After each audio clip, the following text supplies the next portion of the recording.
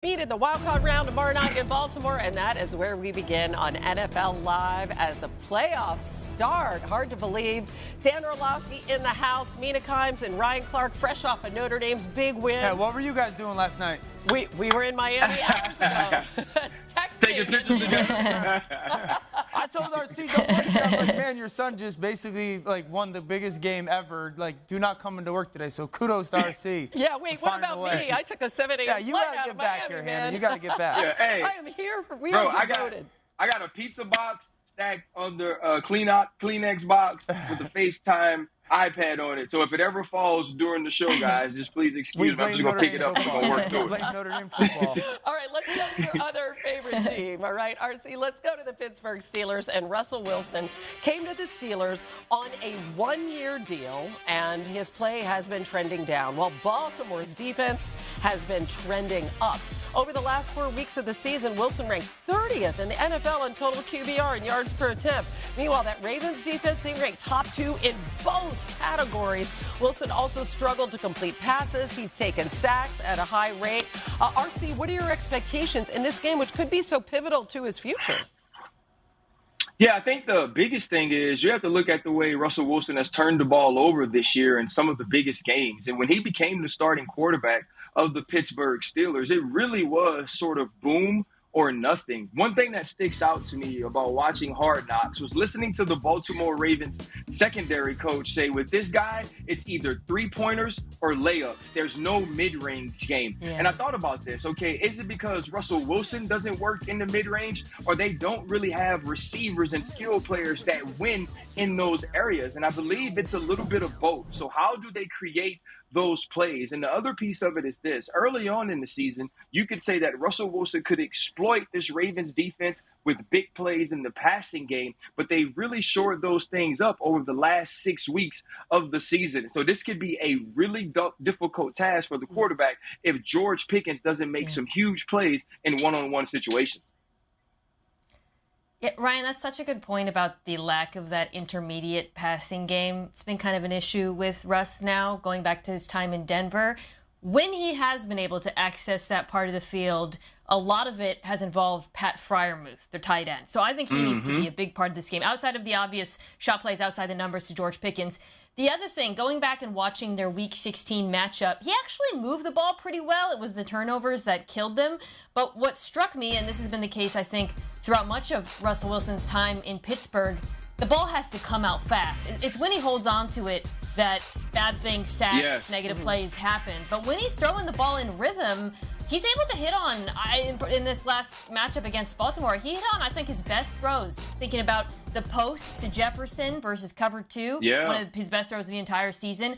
The wheel route to Patterson, the seam ball to Ben Skoranek. All of those throws happen quickly. So I think that's going to be key for Russ in this one. Can you play in rhythm instead of trying to extend? I'd also say this. They got to run block significantly better. It's really been an issue for this team all season long is there's mis-IDs in the run game. They're very disconnected when it comes to the run game. Number one, the tight ends. The tight end group has to play better in the run game. I want you to pay attention right side of the screen. The offensive line all moves to the right side of the screen. The tight end steps one way, then goes back the other way. They don't secure the edge of the line of scrimmage, and it's a run for no yardage. The second part, they don't move together in unison. The left guard is the only person moving on this play right now. The whole right side hasn't even moved. So there's different levels to the run game. Everyone's going, Najee Harris doesn't run the football. Where is he supposed to go? Because when you're disconnected, someone is consistently getting beat. Once again, watch the right side. You want to get a double team to capture the edge. That's pretty good landmarks, except the double team doesn't happen. And they're late. And instead of getting that edge set in a seam, there's nothing there. And then the second part, in their pass game, and it's a little bit to what RC and Mina are talking about, they're not Baltimore defensively going to let George win one-on-one. Somebody outside of George or opposite George, including Russell Wilson, one, has to be ready for it, and then two, has to take advantage of it. This Steelers run game has been an issue all year. It's why they're so bad on first down, and I do think it puts the pass game in a very disadvantageous situation. There you go. There you go. Word of the day. Sound it out. Advantageous. By the way, in case we see some wrinkles, right? Justin Fields, he hasn't played since week 15. That abdominal Yeah, injury, they have to find a way to be. Good to go. They have to find a way to be better on first down. Have to. That's it. Much more on this game coming up. We're going to go to the other side. Meanwhile, the playoffs kick off in Houston. The Chargers are going to visit the Texans tomorrow afternoon. Quarterbacks Justin Herbert and C.J. Stroud perform very differently when they face better competition this season. So against teams that finish with a winning record, Justin Herbert threw for 10 touchdowns, only 2 interceptions, fourth best ratio in the NFL. But what about C.J. Stroud? Really struggling against better competition, throwing 3 more interceptions than touchdown, finishing with a 40 QBR, each of those ranking bottom 5 in the NFL. So, Dan the man, how do you anticipate that this Chargers defense is going to make life difficult for the second-year quarterback? They'll lie to everybody on the offense. They'll show you one thing, and then it's really another thing. And so often we talk about it as, you know, it only impacts the pass game. I think one thing that this defense in L.A. does with Jesse Minter is there's late rotation. So a lot of times you get to line of scrimmage as an offense and you think, oh, I can run the football because there's going to be 2 safeties, or I can run to a weakness. And then all of a sudden that rotation happens late and we're down a body as an offense. And I'm like, dang, we missed that one. I think the second thing is they're really good at understanding or predicting when you are going to run the football, and they get into their run blitzes where people are slanting or moving at angles and they create advantage for themselves. And RC knows this. Their disguises are absolutely diabolical. And so if you are in those obvious passing situations, you're so often as a quarterback and as an offense just guessing of who's coming from where, what's the coverage, and where's the vacancy. And that is a huge opportunity for this defense, and it stinks for an offense that doesn't protect well.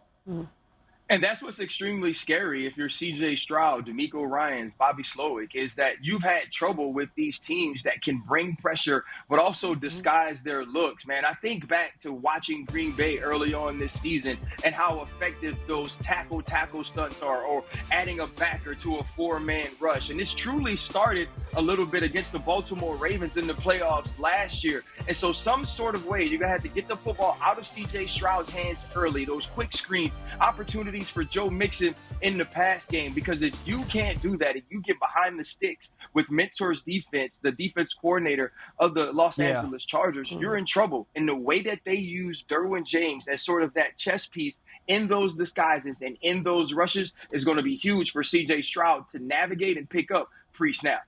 Mina, let's go to the other side. What do you expect Greg Roman's game plan to look like for Herbert and company? Well, first of all, I do think Herbert can and will push the ball downfield the way he has this season to Ladd McConkey. But I also wouldn't be surprised if Greg Roman leans a little bit on what his old team, Baltimore, did against the Texans and goes particularly with regards to the ground game. So the Texans have an excellent run defense, but I thought Baltimore did a really good job of taking advantage of their aggression on the defensive line with some of those trap and wham runs that I think we'll also see from Roman. And then what you see here, Herbert as a runner.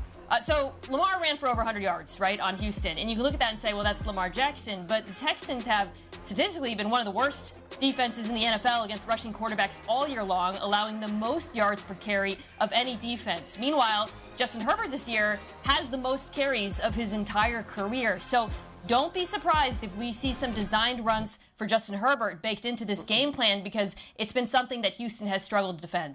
Yeah, meanwhile, Herbert, he only has 3 picks all season. How about that? Very, very impressive. Playing awesome. Yep. All right, we have 6 picks across the show today. Let's see who we got. Ooh, RC is on the Texans. I feel bad that I'm not. It's the first time I'm picking against him. Hometown. But RC, what do you know that we don't? I actually don't know anything. Like, this is purely a guess.